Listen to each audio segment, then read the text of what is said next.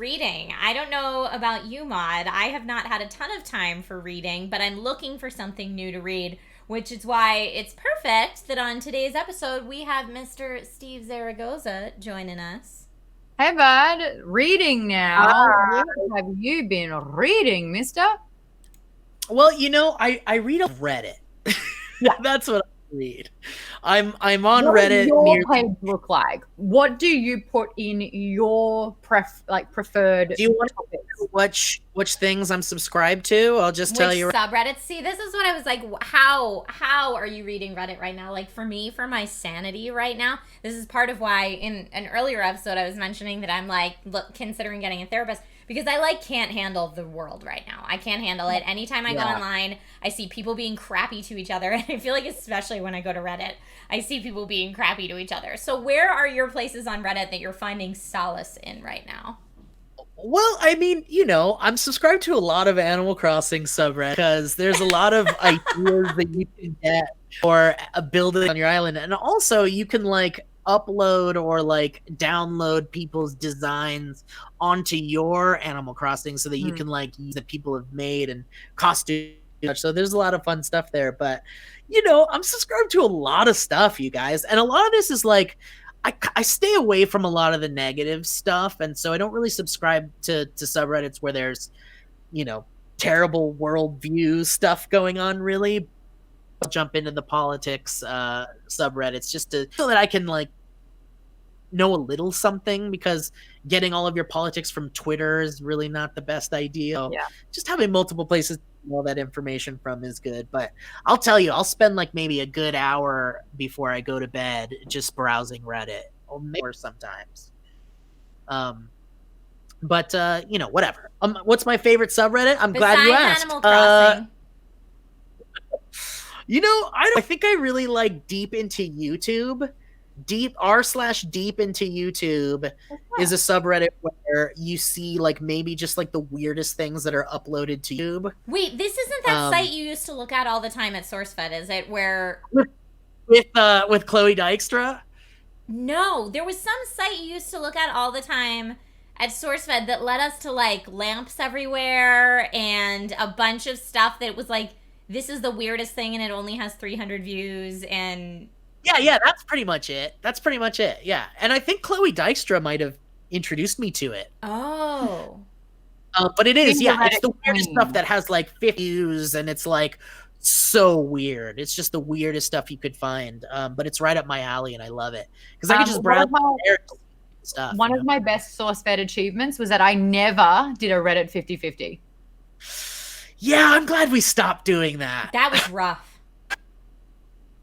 I never did one. That's back when they have footage of people dying, and now they don't, or thankfully. But yeah, that was really awful. I mean, Will Haynes still reminds me that he saw some of the worst things he's ever seen in his life on Reddit 50-50, and he's like, I can't get it out of my head. Every time we did it, I pretty much just stayed like this until I heard the other person's reaction. So if the other person reacted horribly, I would just immediately turn to the side, so that I didn't have people to actually look. But people love to watch us be in pains for some reason. Well, that's YouTube. It's the whole reason we had to stop doing head-to-head, because we couldn't think of any more fun punishments, because everyone was like, oh, they need to eat this horrible thing or do this scary thing.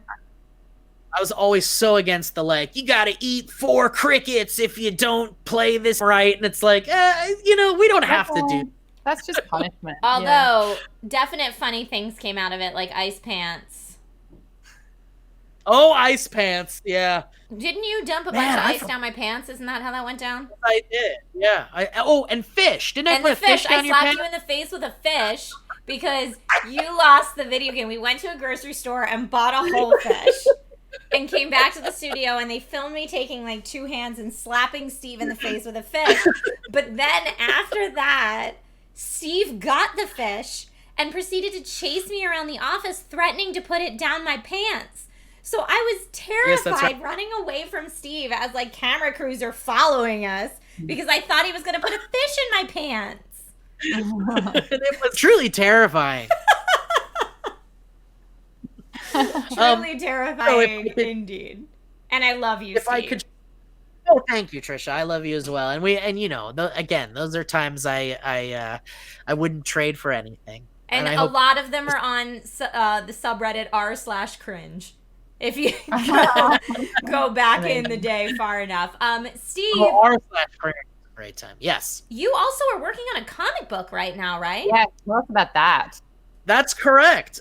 Brett Register and I, on the first time show when we were doing the Lost show, we came up with this idea. At first, we were like, "What if we did a comic book about Crypt Keeper? You know, the Crypt Keeper from Tales from the Crypt. Like, how did that guy become the Crypt Keeper? Like, what's that story?" And so we were like, "Well, let's make a Crypt Keeper book." And so we started to like work on it, and then Brett was like, "Okay, well, let's not call it the Crypt Keeper because that's a name that's already trademarked." So we decided to call this thing Creeper, and it's kind of changed a lot from the idea that how do you become the Crypt Keeper? It's essentially maybe leading to that in kind of a way, but it's just about this guy, and his name is Don Fornham, and he's he works for like a local newspaper, and he somehow is led to these murders from this dark presence that we're unaware of. And for some reason he kind of knows all these really dark murders occur, and he writes for the paper about them, and the series opens up with a pretty grisly murder trying to solve, and essentially it's just kind of like murder of the week, but it's leading up to this potential supernatural storyline of something like a Crypt Keeper, I guess. So yeah, Brett Register and I made a comic book. It's called Creeper, and you can Comixology. Yay! Dude, that's so cool. That just seems like a lot of moving parts. What were some of like the biggest hurdles that you had to overcome to get it to bring it to life? Well, not really like Brett. If it wasn't for Brett, this thing wouldn't even be. He just really wanted to make a comic book, and he and I really talked a lot about what it could be, and this just seemed the best thing for us to do. And it was all on Brett, honestly. Like, my name's kind of slapped on it, and we've talked about the storyline, and I'll probably write one, but it's truly all on Brett. I mean, he did all of the work. He found the list, whose name I've written down here, Bogdanovic. And I think he found him, there's those apps where you can just like hire a comic book artist. Uh-huh. Did you know this? Yeah. So Brett just scoured endless comic book pages and portfolios, and I made an amazing cover for us, which you can see in that image there you guys just showed. And the art is really cool and dark and creepy looking. And then Brett just was like, you know what? I'm going to write this thing, and then I'm going to get this made. And he really just like did it. He's a doer. Good on him. Yeah, he just did it. And that's the thing. Like, I'm such a B guy. Like, need the people that are so aggressive with like getting things done, like Maude, how you've been texting me to be like, let's just make them. Like, if it wasn't for you, we probably just wouldn't, and I appreciate people like that in my life, because if it wasn't for Brett really putting all the work into an incredible writer and director and all these other things and how to do these things, I don't think this thing would even be a thing. Damn. There you go. That's awesome. I love you, and I love Brett, and I can't wait to get my hands on it. Thank you for telling us about it, Steve. Comixology, look up Creeper. Get those downloads so it can become like a big thing, and then you can sell the rights for a TV show and blah, blah, blah. That's how it goes, right? Yeah, I hope so. Right? Get Seth Rogen on it or something. You like TV shows and stuff?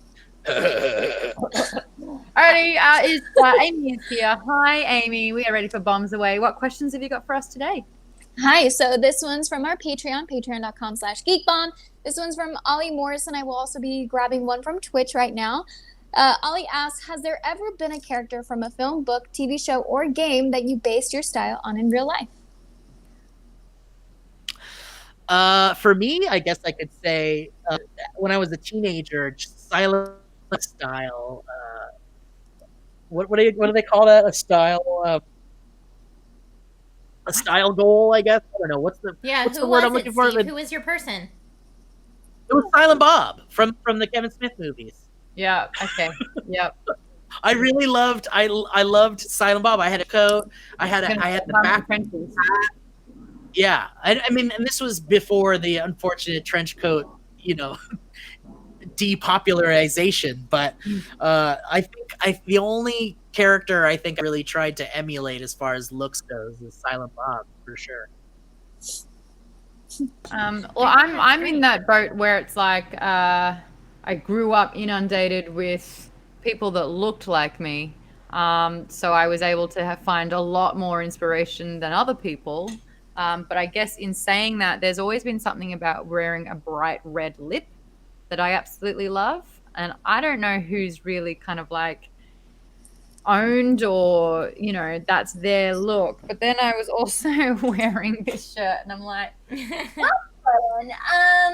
not really remiss to say that perhaps I could possibly be a little bit like Harley Quinn, but the animated Harley, not the Brooklyn talking Margot Robbie one, because she's got a deeper voice when she does that, and she has like a real that kind of voice. I'm talking like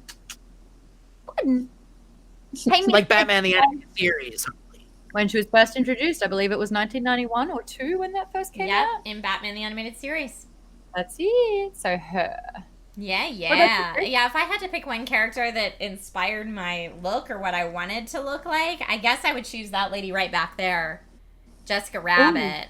Because ever since I was really little, I wanted to be Jessica Rabbit. It's like, she sticks that leg out of that curtain and comes on out, and everyone like falls over because she's so fine. Which I like. Oh. I like that when I was younger, I was like, oh man, I want to be like Jessica Rabbit, because then I didn't kind of fall into that super thin supermodel look that has no curves that I know a lot of girls get really wrapped up in, like the unattainableness of that. I was always into a curvier woman because I liked her.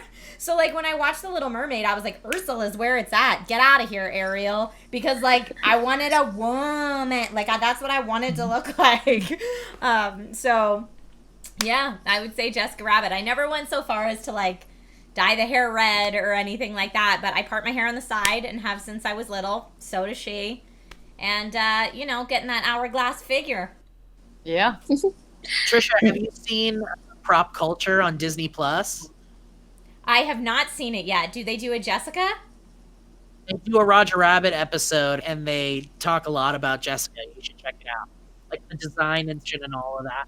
She's my favorite. I always say she's my bucket list or holy grail of cosplays, because I actually tried to build a Jessica once. And it didn't work out, but it's because I'm such an uber perfectionist, especially about Jessica Rabbit, that if I was going to do it, I'm not doing it with straps. I don't care if they're clear. I'm not doing it with a corset back, because she doesn't have a corset back. Her dress dips all the way down to just above the crack in the back, and in the front, it is strapless and comes right on down the sides. So when I tried to build it before, I tried to build it with all this boning in it and stuff to, like, keep the structure of the dress. But really, I think the only way you could do it is like a body paint / latex to get it to stay on your body in the right way. I think it's the only way to do it. I've seen people do, like Yaya Han did one that was really good, but hers had a back on it. Meg did one, I think, with straps, or Meg's had a back on it too. But I'm like, someday it will happen. I think maybe you should give it a shot. I gave it a shot, and I deemed it not worthy to wear in public. Maybe. Great question. Did we have one from Twitch? Yes, a quick one from Himura Jube. Steve, did you watch the new Silent Bob movie? I didn't watch it because I had heard it was no good. I also didn't watch it. Yeah, I mean, I'll check it out, because I do have a soft spot for Jay and Silent Bob. So, well, STS2884 in Twitch chat says, I heard it was good, and Himur Jubai says, no, it was amazing. So there you go. There were people that liked it. My goodness. Okay, I'll check it out. Iron Silent Bob. All right, Oh, dude. May you be spoiler spoiled. alert. Right? So there we have it. We have officially nailed the Power Up edition with Steve Zaragoza. Steve, thank you so much for joining us, not only today, but for all of the 3 episodes and for having a beautiful walk down memory lane and a miserable attempt at a sing-along. I know. I'm sorry. How to make a sing-along work? Digital thing or on an internet thing. Well, you'd have to do it. I know how you'd have to do it. You'd have to do it using different broadcasting software and a different setup than I currently have. But in theory, can you help it me, could happen. Trisha? Of course you can. Did you not just hear her? Yes, please help me. Help me. I know. Well, ever since the Valley folks started streaming, the conversation has been, Trisha, help us. I know. I don't know where to begin. It's so overwhelming, though. It's like, I think every time we ask you that, you're like, well, get a PC. And I'm like, well, I don't even know where to start to get a PC. I was the same for a very long time. I was like off a PC for 12 years. And so now that I'm coming back, it's very foreign. But Trisha is just, the best tech consultant out there. I got I mean, look, I grew up with PCs. My brother builds them. My brother taught me how to build a PC. So it would be like PC to Mac forever and then back to PC. That's what I'm ready. Yeah. But I mean, it's not even about the PC. Joe and I were actually talking about it a lot. We kept trying to put a date on the books for me to come over Valley Folk Studios and like set you all up, and it just didn't happen. And then then Shelter in Place happened. And Maude, same thing. As soon as Shelter in Place lifts and I can actually come over your house, I'm happy to come over and get you guys set up. Yoo-hoo! Oh, yeah, because I've spent all this money on a camera that ended up being more trouble than it was worth. I can't believe But really quickly, Athlon 6023 just said one more time, Chappy. I don't know why I find it so funny. Chappy. Bringing it all the way back around. All right, Steve, thank you, love, so much for joining us. It has been an absolute pleasure. You know that we adore you, and you're welcome back on the show anytime. I feel so loved with every time I see you guys. I miss you all so much. Maude, the last time I saw you was at a Drunken Cat screening. Oh, yeah. That was Christmas Day. That was Christmas Day. Oh my God. Yeah. I haven't even seen you this year. Gotta find a thing with the Valley folk, please. I've got to do the movie stream thing. Oh, good. Yeah, that's the last conversation we had. Was I was going to come on for one of those. Having you on the Cats RE, which would have been so good. I know, but I'm pretty sure I had COVID. Remember? Oh, you got real sick. Yeah. Yeah, I was like, I'm not coming in. I'm so sorry. I'm really unwell. I reckon I had corona. Oh man, maybe you did, huh? Yeah. Damn. So you're welcome that I bailed. Yes, it was a good thing. There were too many people there that day. Wash your hands, everybody. Wash your hands. Stay safe. But anyway, yes, thank you for having me, guys. You're all the best. I love you all. Thanks so much. Hugs. Very much an extended edition of Power Up, but make sure that you are subscribing or following Trisha Hirschberger's Twitch channel. Make sure you subscribe to Geek Bomb to get the video on demand. Make sure you're following the podcast where we'll release this episode in full if you like to listen on the go. And please make sure you get involved with Valley Folk if you haven't already. And if you've got a Comixology account, check out Creeper. But Steve, thanks again. Really appreciate your time. We will be back next week. Thanks for watching, guys. Thanks for watching, everybody. You're the best. Bye.